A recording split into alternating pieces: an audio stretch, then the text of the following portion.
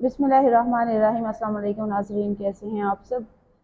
आज आपकी खिदमत में एक और जो है स्टोरी लेके हम हाजिर हुए हैं और आप देख रहे हैं डेली टॉप न्यूज़।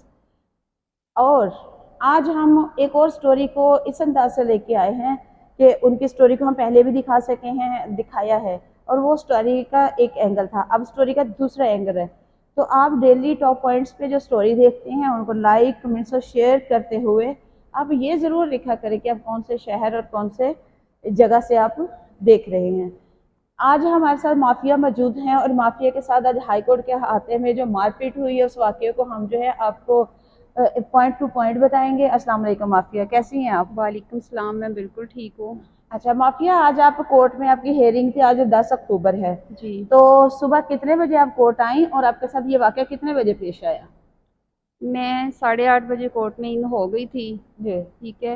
हियरिंग के बाद जो जज साहबा ने इनकी बेल खारिज कर दी थी, उनके बाद 10 बजे का ये वाक़या है। मुलज़म और मुलज़म का बड़ा भाई और जो इन्होंने शूटर रखा है आबद कमियार जी। और एडवोकेट अकरम वकील, इन्होंने मुझे मारा है। जी। ठीक है। सारे लोग वहाँ पे देख रहे थे, किसी ने मुझे नहीं छुड़ाया। जी। ठीक है। जब मैंने शोर डालना शुरू कर दिया कि मीडिया वाले देखें ये मेरे साथ क्या कर रहे हैं, तब ये मुझे छोड़ के भाग गए हैं। सही। ठीक है। इनको 376 का पर्चा है सफदर अब्बास के ऊपर। अकरम डोगर का बेटा है, ये एडवोकेट हाई कोर्ट में उसका बाप वकील है, जी। इसलिए उसको फेवर मिल रही है, उसको सपोर्ट मिल रही है। और दूसरी बात, ये तफ्तीशी भी मिले हुए हैं, पुलिस वाले जो मुतलका थाना वो मिला हुआ है। एक दफ़ा इसको गिरफ्तार नहीं किया अभी तक। जी। अभी तक कोई गिरफ्तारी नहीं हुई इसकी। जी। भगाने में आज पुलिस वालों ने उसका साथ दिया मुलज़म का। मेरा इसने कोई फेवर नहीं की, ना मुझे छुड़ाया, बल्कि इनके सामने मारा है, पुलिस वालों के सामने।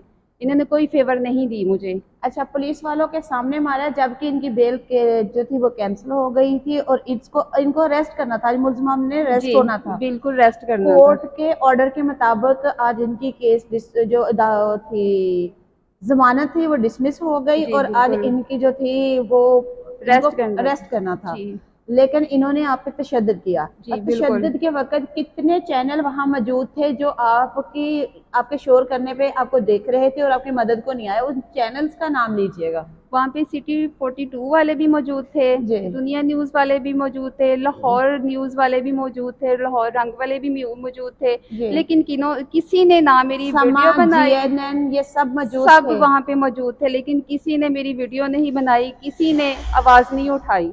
जी। अच्छा, जब ये सारे लोग मौजूद थे। जी, सारे वहाँ पे मौजूद थे ये।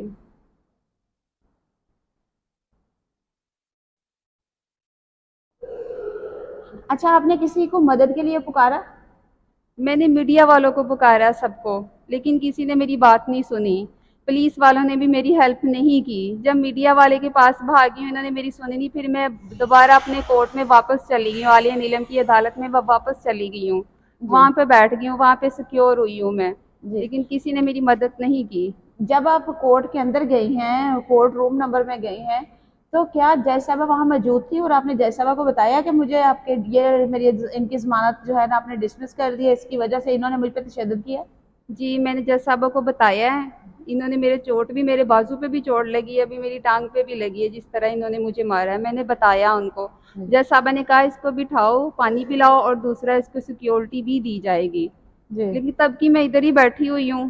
ठीक है। मेरे बच्चों को और मुझे जान का खतरा है, क्योंकि पुलिस वाले इनसे डरते। ये बाअसर लोग हैं, बाअसर लोग हैं। मैं दिखा सकती हूँ अगर आप देखना चाहती हैं। ठीक है। ये अकरम डोगर है, इसका बेटा है ये, इसका बेटा है सफदर अब्बास।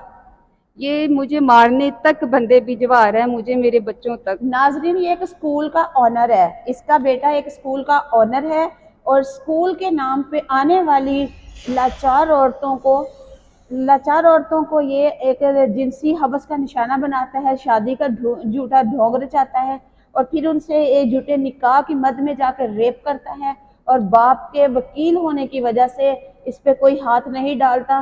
क्या अगर वकील रेप करता है या वकील मर्डर करता है उसके लिए हमारे मुल्क में कोई कानून नहीं है।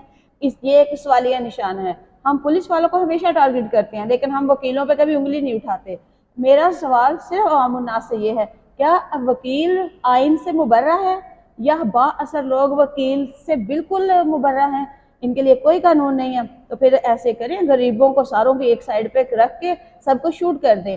یہ وہ بندہ ہے جس نے ان کے ساتھ جھوٹا شادی کا جو ہے وہ ڈرامہ رچایا، ان کے ساتھ نکاح کیا گواہ خان کی موجودگی میں، لیکن پیپر ورکنگ نہیں کی گئی، ہمیشہ ٹال مٹول سے کام لیا گیا۔ 6 منتھ یا 1 ایئر تک یہ ان کے ساتھ جسمانی تعلقات رکھتا رہا، میاں بیوی کے تعلقات رکھتا رہا۔ اگر یہ شادی سے مکر گیا ہے، نکاح سے مکر گیا ہے، تو ناظرین یہ کیا ہوا؟ یہ ریپ کے زمرے میں آتا تھا، انہوں نے ان کے ساتھ ریپ کیا، تو جو پاکستانی قانون کے مطابق ریپ کی سزا ہے وہ اس کو ضرور ملنی چاہیے۔ جی مافیا جی بالکل ملنی چاہیے اس کو سزا، ٹھیک ہے۔ اب تو یہ مجھے مارنے تک آئے ہیں، اور یہ جو اس کا بڑا بھائی ہے آج اس نے سریعام مجھے مارا ہے۔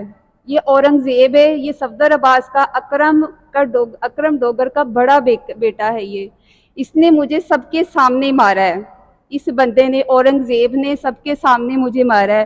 اور یہ شوٹر ہے اکرم ڈوگر نے اس سے پروفیسر کا قتل کروایا تھا، ابھی بھی ان کے گھر میں موجود ہوتا ہے، عابد کا یعنی معیار کہ اس کا یہ نام ہے، یہ کرائے بھی کا تب موجود تھا، آج بھی موجود تھا۔